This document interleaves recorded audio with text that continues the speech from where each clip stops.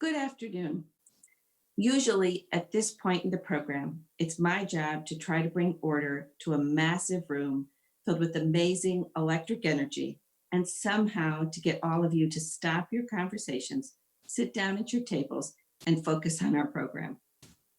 But today is different, and I am sorry that all of us are missing the opportunity to be together in person to enjoy the incredible atmosphere of the working lunch. But I promise that the program will be every bit as energizing, enlightening, and engaging, and that you will leave our event with a renewed sense of purpose and a real pride at being part of a wonderful organization that is working actively and effectively to impact the issues that we all care so very much about. For those of you who I don't know, my name is Lisa Pattis, and I have been fortunate to serve as the chair of the board of Women Employed for the past 7 years and as a member of the board for the past 13. This is my last year as board chair, and it really has been an honor to serve alongside so many dedicated people to effect real and lasting change. I'm incredibly proud to be part of an organization that is helping to lead the way to a better future for working women. For those of you who are new to Women Employed, we relentlessly pursue equity and equality for women in the workforce. Since our inception 47 years ago, our focus has been on the economic stability and security of working women and their families. We effect policy changes, expand access to educational opportunities, and advocate for fair and inclusive workplaces. Before kicking off our program, I want to take a moment to thank the amazing, incredible team at Women Employed who pivoted in no time at all to bring us this first ever virtual edition of the Working Lunch. They are a remarkable group and have worked tirelessly to make this event a success. I also want to thank our many supporters who are joining us today. We are so grateful to you for making this possible. We would like to extend our gratitude to our visionary sponsor, ComEd, for being a generous and committed long-term supporter. Thank you to our benefactor sponsors, Coca-Cola, JP Morgan Chase, and Woodward. And to our champion sponsors, Constellation Brands, International Services, Inc., Keurig Dr. Pepper, Nancy and Rick Kreider, Southwest Airlines, and Wintrust. And of course, to all of our generous corporate and organizational sponsors, and to our individual supporters. Today, as we continue to push through this public health and economic crisis, we will take a moment to explore how we protect our legacy and how we shape a future together that is stronger, more equitable, and just. Right now, Women Employed is fighting for the protections and the support that all working people need to weather this storm. Basic protections like paid sick time and paid family and medical leave that will make a huge difference for women like Valencia Garrett. Please join me in hearing from her now.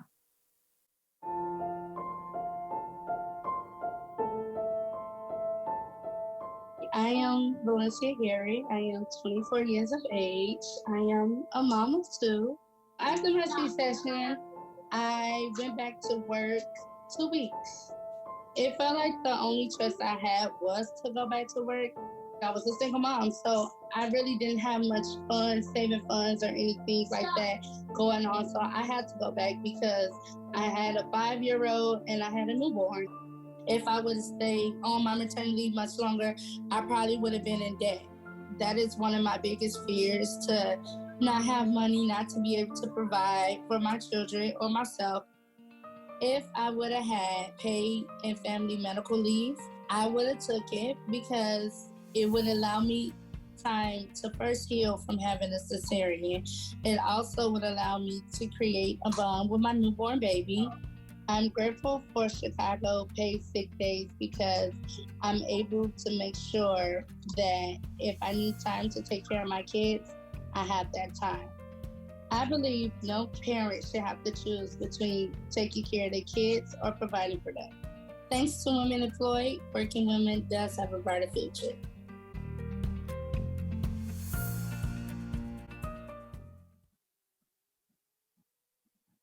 Valencia, thank you. Thank you for sharing your story with us Board. and Many of our reminding us partners are all of the communicating that they stark are still just disparities trying to figure that out exist today for and the working next day. women.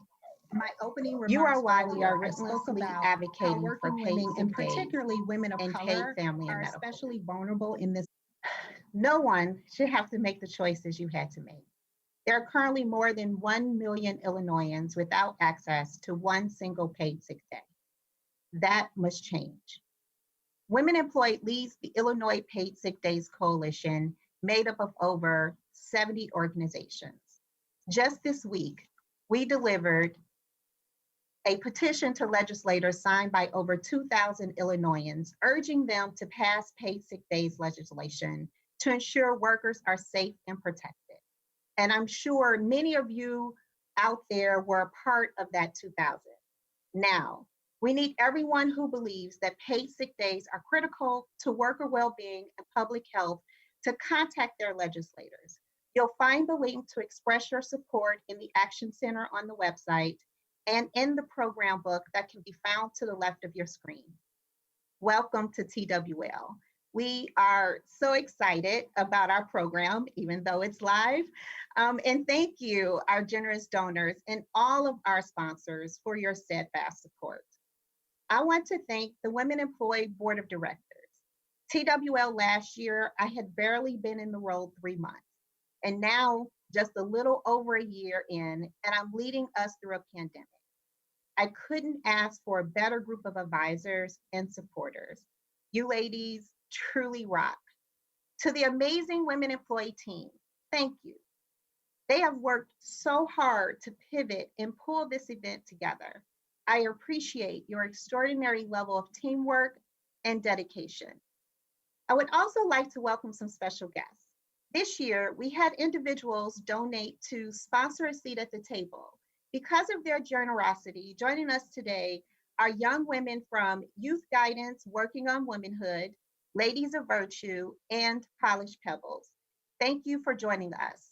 I hope you walk away more knowledgeable and feeling hopeful that there are many people and organizations working hard to build a better tomorrow with your specific needs, talents, and challenges in mind.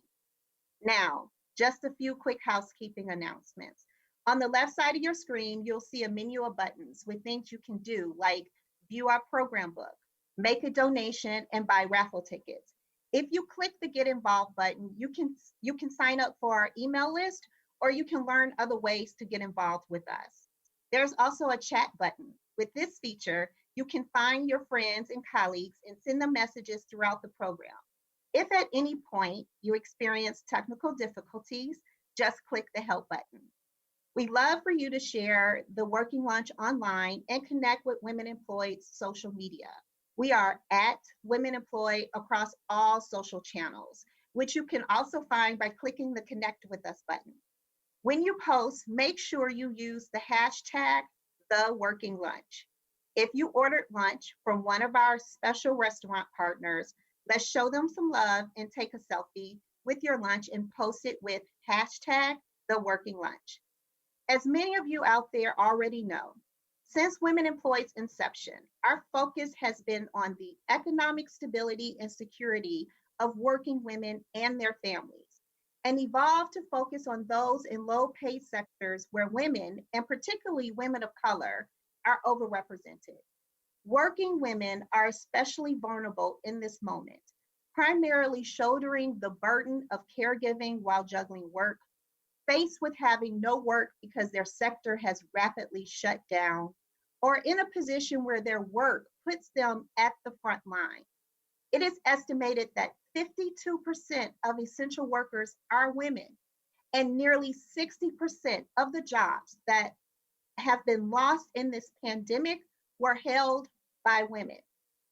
I want you to pause for just a second and think about the magnitude of the impact this will have on our economy, our families, and our communities. We are in a moment where there is a true danger of women falling behind and losing some of our hard-won gains. But we're also in a moment where we have an opportunity to change the systems that have led to historic inequity. So the work we do to support working women and their families have never been more vital. We will continue to advocate for policies that will help ensure the stability and safety of working women, like family sustaining wages, paid sick time and paid family and medical leave, predictable and stable scheduling, equal pay for equal work, and strong laws to prevent harassment and discrimination. We'll also stand strong for those who wish to improve their futures through education and training by advocating for need-based financial aid and working with our partners to develop programs tailored to the unique needs of adult learners that provide seamless pathways to family sustaining wages. Thank you to our various partners and leaders and all of you out there that are championing policies that center workers, students, and families. Of course, before we get any deeper, I must do my due diligence and remind you that this is a fundraiser. And while we are not at the Palmer House enjoying a lovely chicken lunch, we know how we love those, we still need to raise money. Last year, I was able to stand on the stage and share my story of my upbringing in the Baptist church to let you know that I could stand on the stage all day until we hit our goal. Now today, I'm not able to do that. However, we're going to operate on the honor system. We are very close to closing the gap of our goal. I believe we're only about $50,000 off. And I'm just going to trust that by the end of this program, we would have closed that gap. A special thanks to our Investors for Change who generously give annually at the $1,000 level or higher. Please join our investors by making a one-time gift of $1,000 or more, or becoming a monthly donor at the level of $85 per month. You can donate at the investor or at any level, and I do mean any because every dollar matters, throughout the program by clicking the donate button or by texting luncheon to 71777. Raffle sales are open until 1 o'clock for our deluxe packages, and the platinum packages will stay open until May 31st. We have curated 2 dynamic and very different panels with the hopes of inspiring and challenging us all to work toward a future that is more equitable and just. And because we knew that these conversations were too big to contain in our limited time, we recorded them a bit earlier. So, to stay within our hour of power, we will be showing abridged versions during the program, and we'll post the full discussions on this site that will be accessible beginning at 2 o'clock, and you can use your same login credentials to access them. A big thank you to all of our panelists. To access their full bios, just click the speakers buttons to the left of your screen. Okay, now that we have all of that out the way, let's just jump into our first panel. I have so much respect for each of the panelists. Together, we will explore the impact COVID-19 has had on our economy and the most vulnerable, the challenges and opportunities we will face as we emerge, and how we begin to imagine a path forward. Please welcome Jill Gigstad. She's a Midwest researcher with the Illinois Economic Policy Institute. Greg Kelly, who is Regional President for SEIU Healthcare of Illinois, Indiana, Missouri, and Kansas. And Juan Salgado, Chancellor for City Colleges of Chicago. So let's start by recognizing the moment we are in and the impact. While I know it's critical that we begin having conversations about the path forward, many of our partners are communicating that they are still just trying to figure out today and the next day. In my opening remarks earlier, I spoke about how working women, and particularly women of color, are especially vulnerable in this moment. The New York Times published an article this past Saturday that said we should go ahead and call this a she session, that the scale in the crisis is unlike anything they've seen since the Great Depression.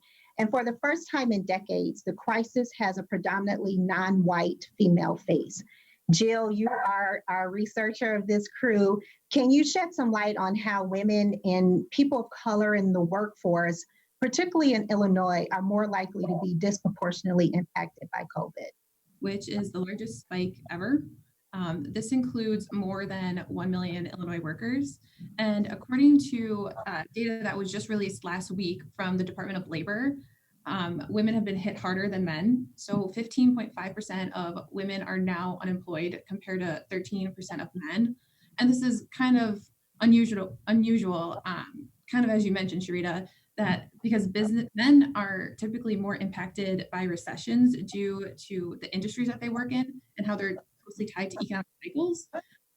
But more men work in essential occupations, or the ones that are deemed essential now, such as construction workers and doctors, firefighters, police officers, and they also work in more industries that can work from home. So about 24% of employed men work in essential occupations compared to 17% of women. And 28% of men have jobs where they can work from home compared to 22% of women. And finally, people of color have been hit hardest by COVID-19, just in the sheer number of cases, in deaths and in unemployment. African Americans make up 14% of Illinois' population, but account for 33% of COVID-19 deaths. In addition, those who identified as Hispanics have 3 times the rate of positive tests than the state average. And just African Americans and Latinos have higher unemployment now compared to whites. So while the virus doesn't discriminate, that doesn't mean that all parts of society are equally at risk. Yeah, and some of those numbers, I think, definitely have to do with the fact that the jobs that are held by African Americans and Latinos, which are pretty much the jobs that are on the front line. So, Greg, you head up SEIU Healthcare for Illinois, Indiana, Kansas, and Missouri. There you go. All right. Which has a predominant women, and particularly a woman of color membership. So over the last few weeks, we've been hearing a lot from SEIU around your members striking, and because they were really literally going to work every day, risking their lives. I sat on one of your town hall meetings, virtual town hall meetings that you had, and some of the workers shared their testimonies around having to wear garbage bags for gowns or having to pay their employers for additional masks. So these stories were really unbelievable and deplorable. So first, I want to thank you for being steadfast and strong in your demands, and congratulate you on the huge victory that came out of that is protecting a large group of our essential workers. So why don't you tell us a little bit about SEIU for our people that are listening that don't know who you are and how it came to be that you are leading this organization of predominantly women, and if you can share some top line details around your settlement. So SEIU Healthcare, Illinois, Indiana, Missouri, and Kansas is an affiliate of the national SEIU Healthcare unit of SEIU, union of 2 million workers. In Illinois, we represent home care workers in both private and public agency, nursing home workers, as well as hospital workers and child care providers. As you mentioned, the overwhelming majority of our members are women, and they are women of color. They truly are on the front lines when you talk about nursing home workers working as nursing assistants, housekeepers or janitorial aides, as well as in hospitals as nursing assistants as well, and also as housekeepers and child care providers. These are all primarily women, and it has been a challenging moment, as you can imagine, particularly in nursing homes, but not just exclusively in nursing homes. As we have said, the challenges in nursing homes aren't new. They predate COVID-19. They've been undervalued jobs, underpaid jobs, where workers have been understaffed, having to work double jobs just to make ends meet. So COVID-19 really has just only exacerbated what's already been a difficult time for our nursing home members. And as we sort of saw COVID-19 really sort of explode, we were actually in the middle of contract negotiations with the Association of Nursing Homes, will represent about 10,000 nursing home workers. We were in the middle of a new collective bargaining agreement process, and COVID-19 hit, and our members were angry, they were anxious, and they were scared. And so we demands around hazard pay, proper equipment, paid sick time off to the industry, which opposed it pretty strongly until we put on a strong campaign and our members made their voices heard. So that it became not just a story in Illinois, it became a national and even international story, saying that workers of color, women of color at this moment didn't want to be ignored. They had voices that needed to be heard. So in the end, we met many of our priorities. They got additional paid time off. They got hazard pay. We achieved parity from across the state. But the thing I often want to tell people in this moment is that this crisis for nursing home workers and healthcare workers overall, particularly our members, isn't going away just because we solved a several-day collective bargaining dispute. Their crisis continues, and we all need to be aware of the problems in nursing homes and healthcare, in particularly as they relate to women and how they impact the broader community. Thank you, Greg. And I like what you said when you said that these issues were here before COVID. And what COVID did was just pull the covers off, right? The inequities that exist, not just in healthcare, but in the workforce, period, and our healthcare system, period. But it's also done that and exacerbated the access and equity issues in education, right? The equity issues also show up in how our institutions are funded and who is receiving the least of the funding. So we know that while some of the federal relief package did provide funding for post-secondary sector, we know that it wasn't enough, period. And we definitely know that the community colleges received the least. So Juan, how do you suggest we eradicate these issues of inequity and decrease the vulnerabilities that many of our students face?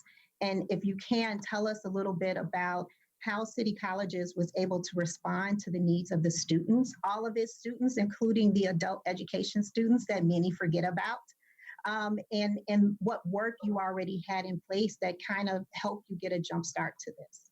Yeah, I appreciate the opportunity, Sharita, to be with you guys today, and want to applaud you guys for the great work that you do day in and day out to be there for working families and working women and for society in general. When Greg was talking about the workers, the lower wage workers, quite frankly, that don't have all the benefits and opportunities and basic safety. I mean, this is our students. Our students are generally working to support their families and to get ahead. They're trying to get an education while they're working. And so when we think about your efforts, there are efforts, right? And when we think about existing inequalities that exist, whether they're in the workplace, right, or whether they're in higher education, right, they hit our families in every sector. You go to the workplace, they hit you there. You come to education, they hit you here, right? And when systems for support get developed, which we appreciate, like the CARES Act, they hit you there too, right? Because the systems are set up. In the case of, the CARES Act, it was really set up for four-year universities, and community colleges were included. We appreciate being included, but the formulas and the thought processes are not around our students. And that's what needs to change. What needs to change is we need to start designing systems for the students that need it the most. And in our case, we have the students that need it the most. We are over 75% African American and Latino students. We index very high in terms of Pell eligible students and lower income students in general. And so, we have a responsibility to serve them well. I do want to, but also to advocate for them, to advocate for our institution and our students. But on the serve them well, I do want to just lift up, right, that as a community college system, in 1 week's time, we were able to take our courses. We had 10% of our courses online prior to the pandemic. We now have 92% of our courses remote and online. We were able to deliver for our students certainty that education would still be there for them in a high quality manner. And we did that by working together. It takes an entire institution, every individual from the faculty member to the student support. Not only do we have instruction fully online, but every student support within 1 week we were able to get online. You could get an advising appointment, a financial aid appointment, a business office appointment. You could get a tutor for yourself, right? And it took us a little while longer to do that for adult ed, because adult ed students are not as prepared, neither are the faculty, for distance learning. But we were able to, within about 3 weeks' time, get adult ed into the distance learning environment. And the one thing I do want to share is that we have not seen major drops in retention of students year to year, which is a great indicator of the kind of success we had in keeping students engaged. You know, engagement in these times, I think, whether you're a worker that's part of a union or whether you're a student that's part of an institution like ours, engagement, I think, is going to be the biggest hurdle that we face in order to deal with equity. Our people need to have a phone, they need to have a computer, and they need to have a caring adult that's going to be there with them to guide them to the supports that they need. That. And I know none of you have crystal balls, but I want you to indulge me for a moment and pretend like you do. And I would like each of you to respond to this question. This is going to be our last question. And I want to think a little bit and dream a little bit about how we can work together to create a new normal, right? We all of us, at least on this panel, really believe in our heart that the status quo and what they considered normal wasn't working for the majority of us, right? So we want to seize this opportunity, and most of your comments talk to this about changing the structures, the systems, and the policies that promote these inequalities. So how do we translate, right, this current goodwill toward the frontline worker? Everybody's like, rah, rah. New York is coming out at 7 o'clock every day and clapping for their first responders. So how do we translate this current goodwill toward frontline workers and create a shift in our value system, and to create policies and practices that support the notion of dignity in all jobs, right? Where workers can earn enough to support a family, they can take time to care for themselves and their loved ones without jeopardizing their employment or advancement or their pay. They can send their kids to school, and they can retire at the end of a long career without financial worry, where a student can make the investment in post-secondary learning and know that they will be well positioned and supported to attain their credentials. So I want all of you all to kind of take a stab at that a little bit. I'm going to start with Greg, and then Juan, and I'm going to end with Jill. So obviously, as a son of labor, I think that a reinvigorated labor movement is critical to achieving much of what you've mentioned here. Historically, it was through organized labor that we achieved so much of the safety net and social programs that sustained us even after the Great Depression. I just feel like we have to come up with a new social contract, if you will, that respects every worker, that in fact, it doesn't matter what your job is, that you are essential and that you should be treated as such. I think it's important that workers come out of this moment understanding that it's through their collective power and collective strength that they're going to be able to sort of rethink and remove some of the barriers to real equality in this country. I would just say I think that community colleges have just sort of evolved in society, right?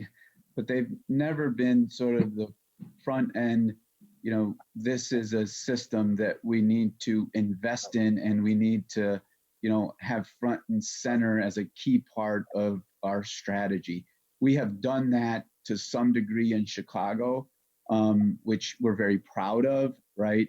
But I think that if we're going to, you know, really reach all people in all neighborhoods and all communities, and we're going to do it in a way that, you know, honors, you know, those communities, we're going to have to dip in deeper into the talent and the capability of community colleges, not just in Chicago, but across the country. And so, I think that as we look forward to higher education, a greater emphasis and a greater reliance and a greater understanding of the value proposition of these kinds of institutions like the ones that I lead to society are going to be critical to recovery, right? I can't imagine a recovery that does not come right through the heart of institutions like ours. If we do have that kind of recovery that skips us, right,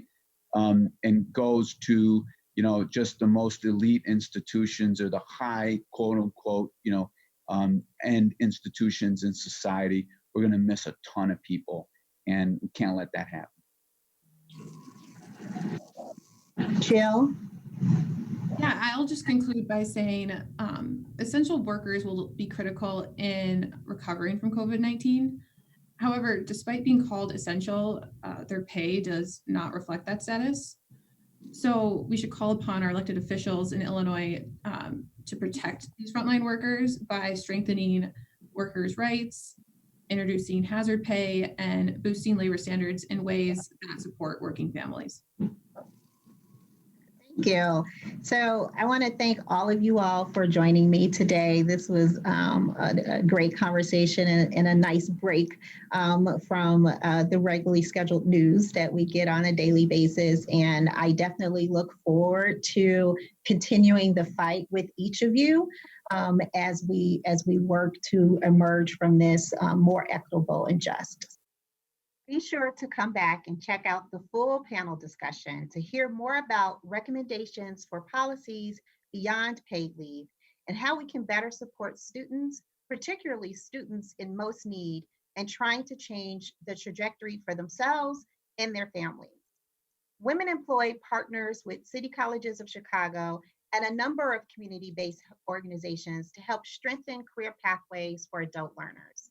Working together, we have developed career exploration and career pathway programs that meet adult learners where they are and put them on a solid track to build their skills, develop an academic plan, and a clear route to certification and ultimately access better jobs.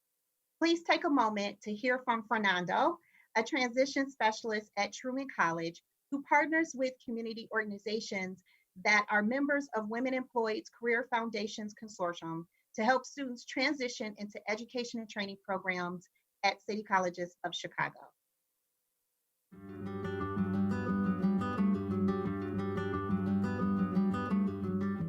My name is Fernando Villeda Flamenco. When my dad was 33, he passed away from a stroke. And then my mom found herself in a very difficult situation. 5 kids, no career, staying home mom. I know education makes a huge difference. So I believe in empowering students to the very core of their lives. The idea is to help the students during that process of exploring careers, of exploring their own skills and abilities, to help them also to start setting up goals for the future. I can tell you that requires more than one teacher to educate and to change one life.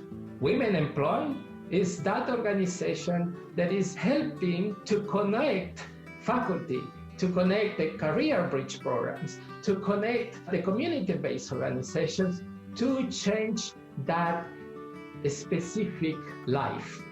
My mother taught me that when you fall, regardless of the reason why you fall, you should get up, clean up yourself, and keep moving. We can be part of a change for other people because someone was a part of change for us. That's exactly what I'm trying to do.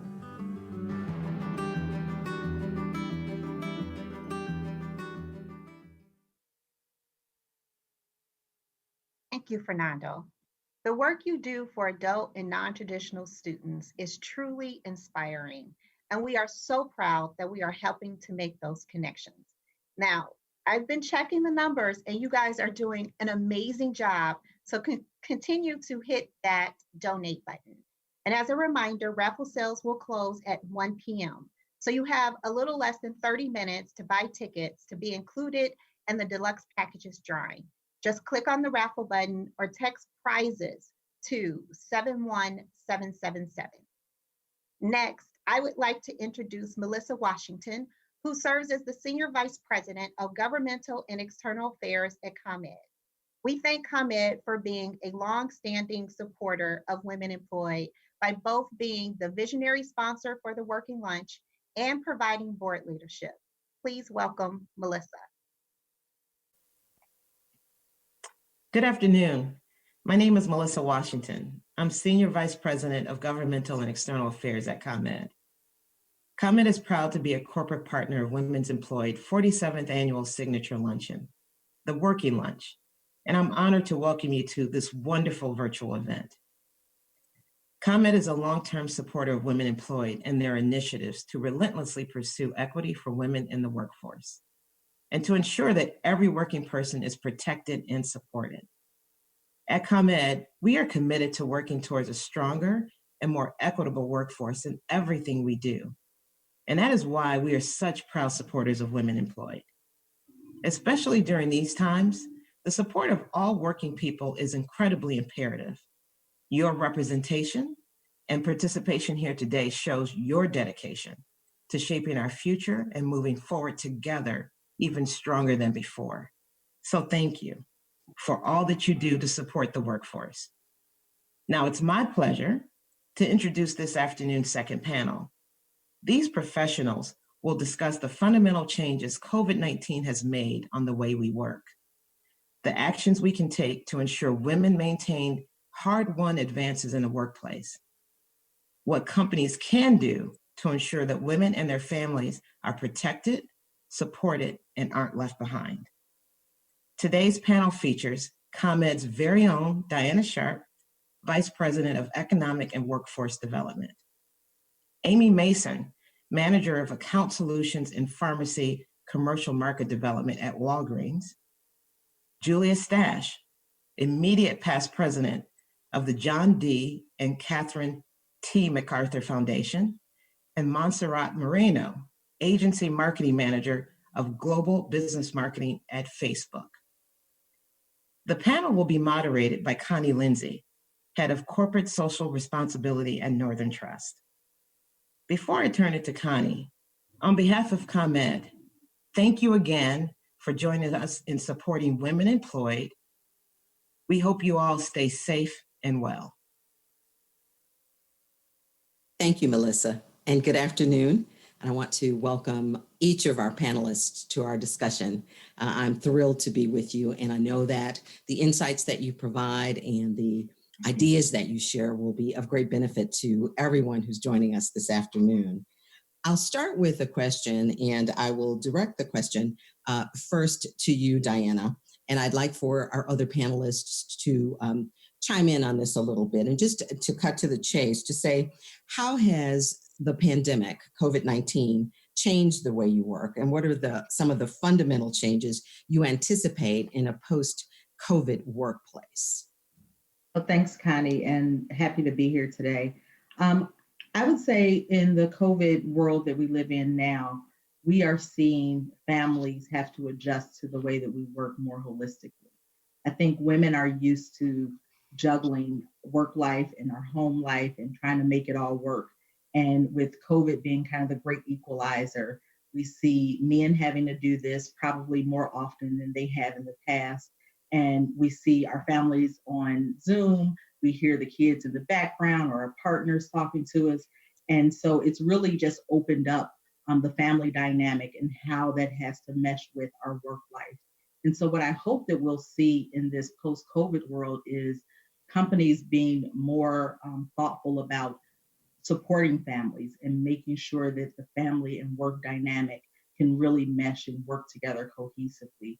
That we start to have conversations much more frequently about pay equity and about benefits that support families and flexible work times and things that just make sure that we can work more holistically and more successfully as a family unit as we integrate that with our work life. Amy, you're a new mom. What about you in terms of the way you work post-COVID and some of the changes that you're seeing? Sure. So I know, first and foremost, definitely want to, let you know that I'm so fortunate that I'm with an employer that has allowed me to continue to work amidst these challenging times and to have a job, and especially working for an employer that is so flexible and has really adapted to this new climate we're experiencing with COVID-19. So I have to run my day now by, watching my son, which is, definitely a change from what it previously was. But, my employer is super flexible in helping to, let me flex my hours and work at the times that work for our family, and being really, understanding of the increased level of challenge and pressure that's sort of on us all as we manage these new dynamics. Great, thank you. Monse, anything you want to add? Yeah, so one, again, happy to be here. Really thrilled that we're having this conversation. I think it's just so important, and I'm glad we have such a group of strong women with very strong opinions to have this conversation, really push the agenda forward. But for me, I think I'm not a mom, and so I think the changes that this have meant for me is, yes, capitalizing on the flexibility, being able to work from home, but also just the reinforcement of my dedication to supporting women in the workplace.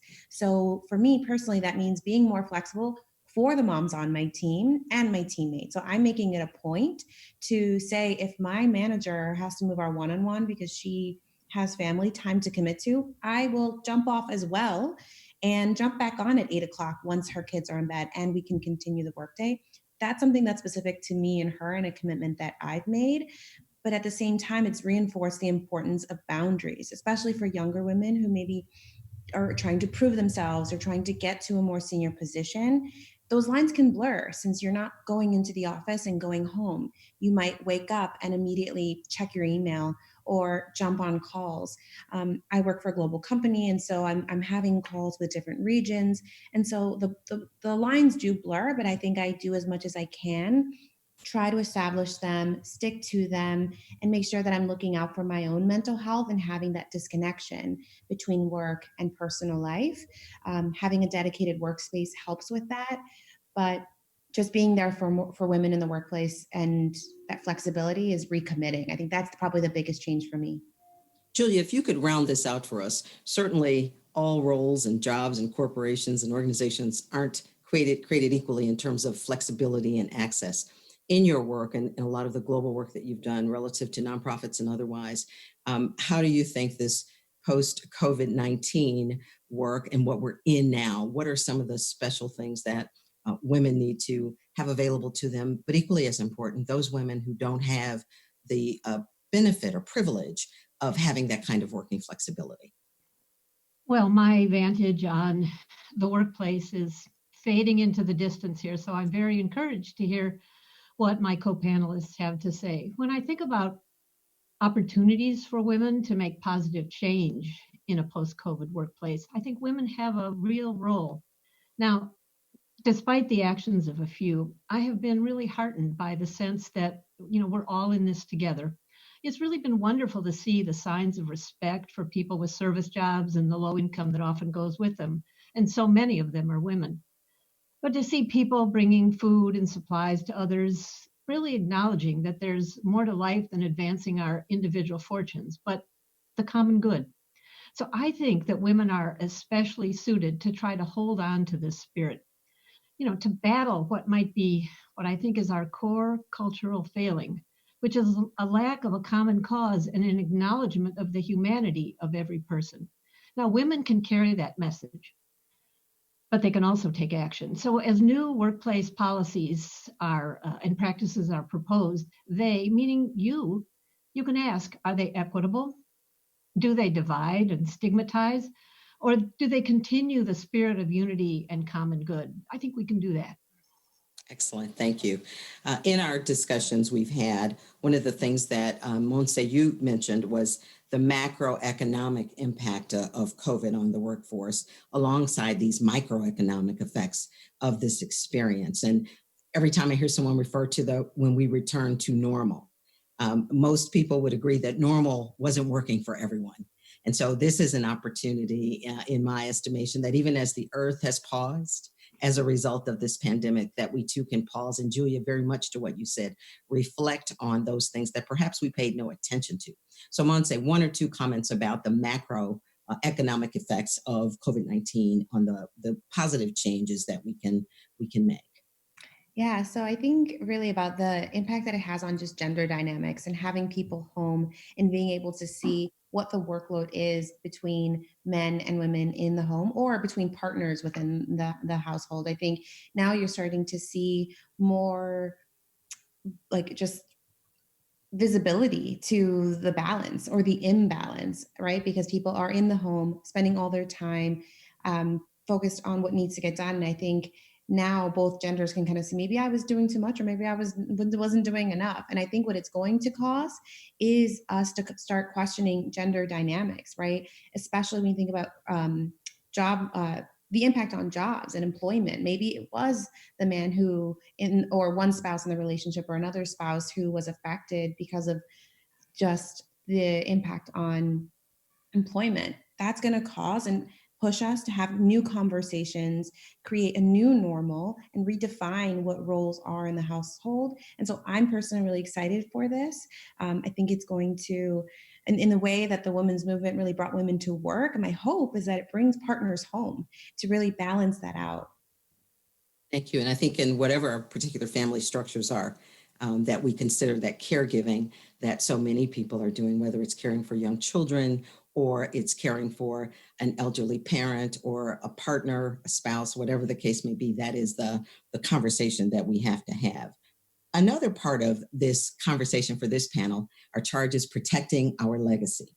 And one of the question is, how do we ensure that women and families are protected and supported and not left behind, as well as depending on where we are in our journey, our career, whatever that has been, how we determine wherever we are in whatever season of life that we continue to support and help and build our legacy. Julia, I'm going to turn to you to ask you, talk to us about specifically your legacy, but the notion of the legacy women who are either moving on from their professional career into new opportunities in their lives and how you define and tell us about that from your perspective.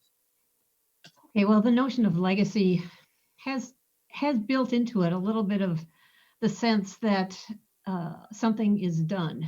And I think that we have to realize that the legacy to date is not sufficient to protect and support women and families. So there's really, really, really a lot more work to be done. I mean, just take a look at the Women Employed agenda.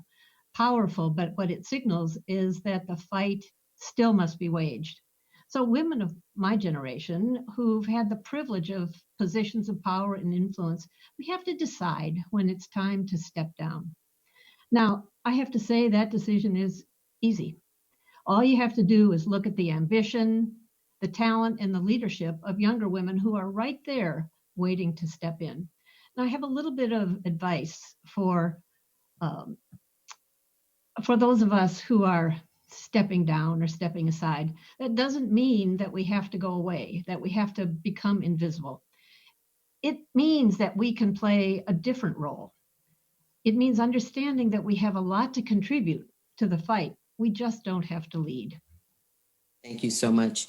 Amy, I want you to weigh in here as well, talking about parental leave and your experience as relates to legacy, what that means. Thank you, Julia, because it is so true of not becoming invisible, but really lifting as we climb throughout our careers and how we ensure that the platform is a little more stable than when you and I first stepped onto it.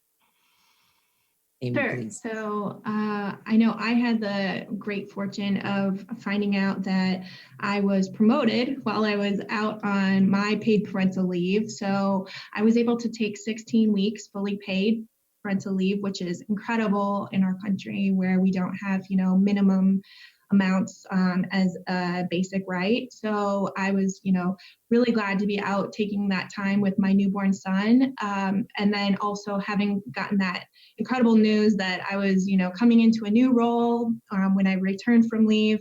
But even aside from that, I was able to re-enter the workforce post having my son, and that major life event of, becoming a new mom and understanding that new identity.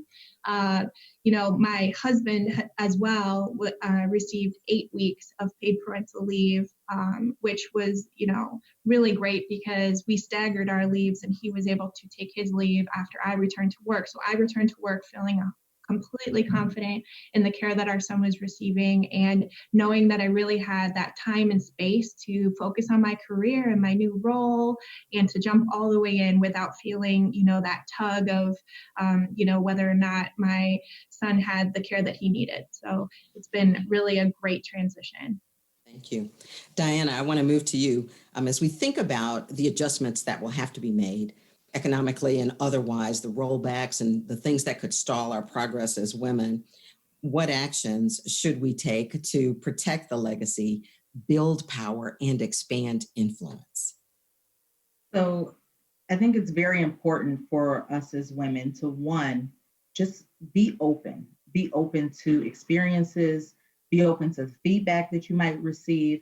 As Julia mentioned, as women start to transition out of leadership roles and we want to make space for other women to come in, you have to look to those mentors that might be leaving the workspace and tap into their knowledge and utilize it.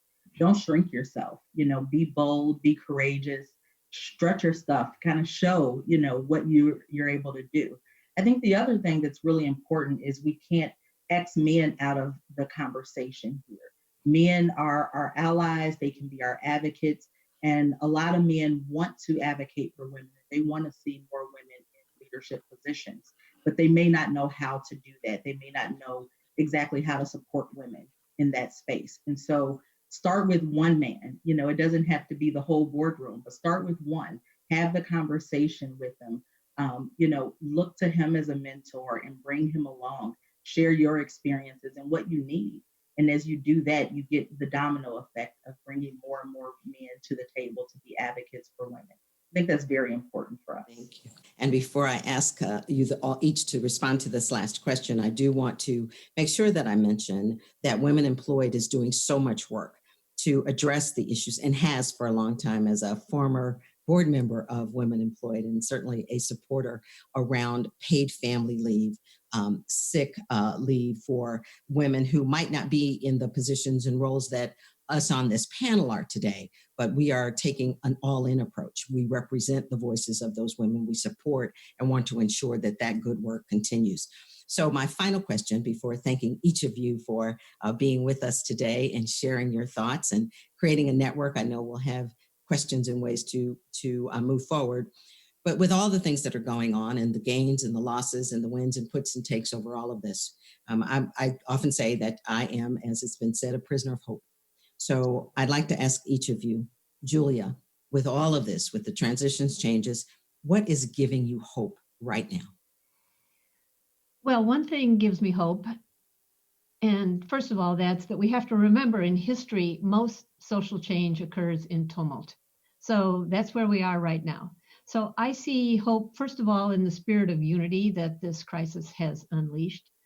I also see an incredible amount of hope in the fact that younger women leaders, those who aspire to be leaders, have optimism, and they have not descended into cynicism. So what I think is, if we can hold on to all of that and take advantage of this moment for change, we should be able to unabashedly use this moment for women and families. Thank you. Amy.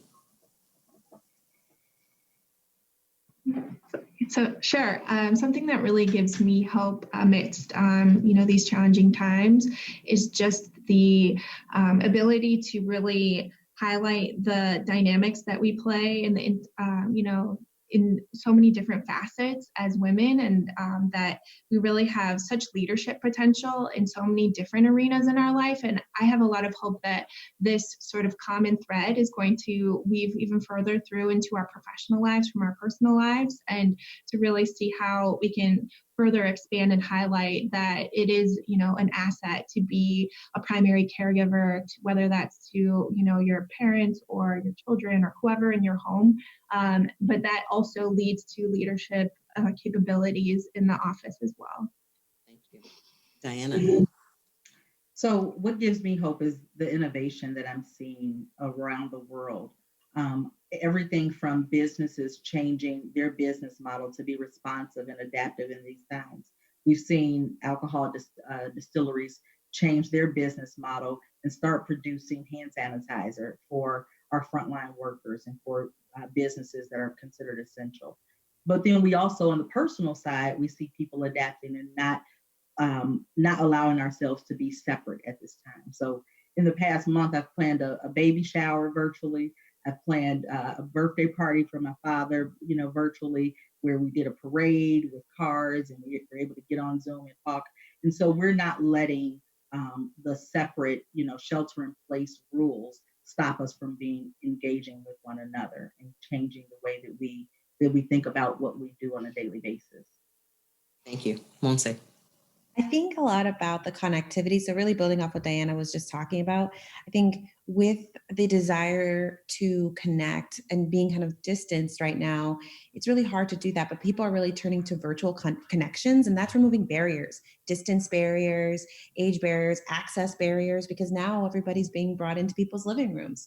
And so I think that with that connectivity, that digital connectivity, that gives me hope for what will continue to happen in the future and how those barriers will be broken and how we will continue to have different access and more flexibility than we've ever had in the past. And I'm excited, not necessarily to go back and, to be welcome this old world back, but move forward and think through what's next.